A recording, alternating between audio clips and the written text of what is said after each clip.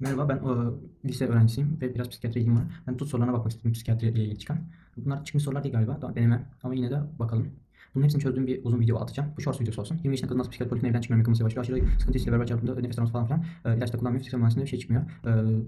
Sosyal bir ortamda zorlanma yok, sosyal sebebi değil. Yaygın anksiyete bozukluğu, gelecekle ilgili sıkıntı yazmıyor.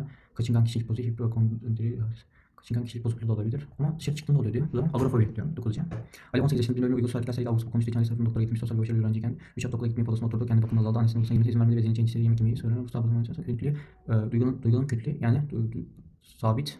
İşte başımıza bu aslında paranoid tip olabilir, zehirlenme diyor. Zaten şizofrenik, sanrılı bozukluk yok. Sanrılı bozukluk değil, bipolar, şizofik, şizoaktif, afektif değil. Şizofreni form olabilir. Şizofrenik bozukluk, dezorganize, yok deorganize değil.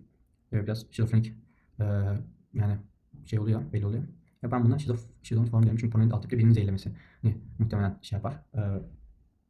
Söyle. 34 yaşındaki bir bipolar tanısı hastayla kadın hasta son bir yılda 4 yapamadık 2 depresif dönem yaşamıştır. Bunu türev işlemini tetkik bunlar zaten türev işlem hepsini tetkik edilmeli ama bunun için bu hastada değil özel olarak EEG çekilmeli. EEG çekilmeli. Adet döngüsü düzeni incelenmeli. Aslında incelenebilir ama sadece bu hastalarda antidepresan kullanımı gözden geçiriyor. 4 hipomanik dönem geçirdiyse kesinlikle antidepresan kullanımı gözden geçirmeli ki bu zaten muhtemelen bipolar tip 2.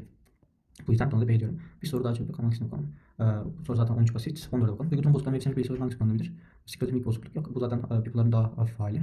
Bipolar bir mix bozukluk. Evet. Bu genelde yazın veya ilkbahar sonlarında gözüküyor. Aslında manik de öyle gözüküyor ama mevsiminin belirleyicisi.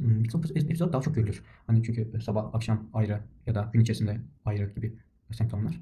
Neyse ben bunun hepsini çözdüğüm bir video atacağım size kanala. İyi günler. Bakalım. Dur yanlış mı yapmışım? Şimdi 9'u ne yapmıştık? 9'u C, C, B, 14'ü de D yapmışız. 9 doğru yapmışız. 10 doğru yapmışız. 11 doğru yapmışız. 14'ü doğru yapmışız.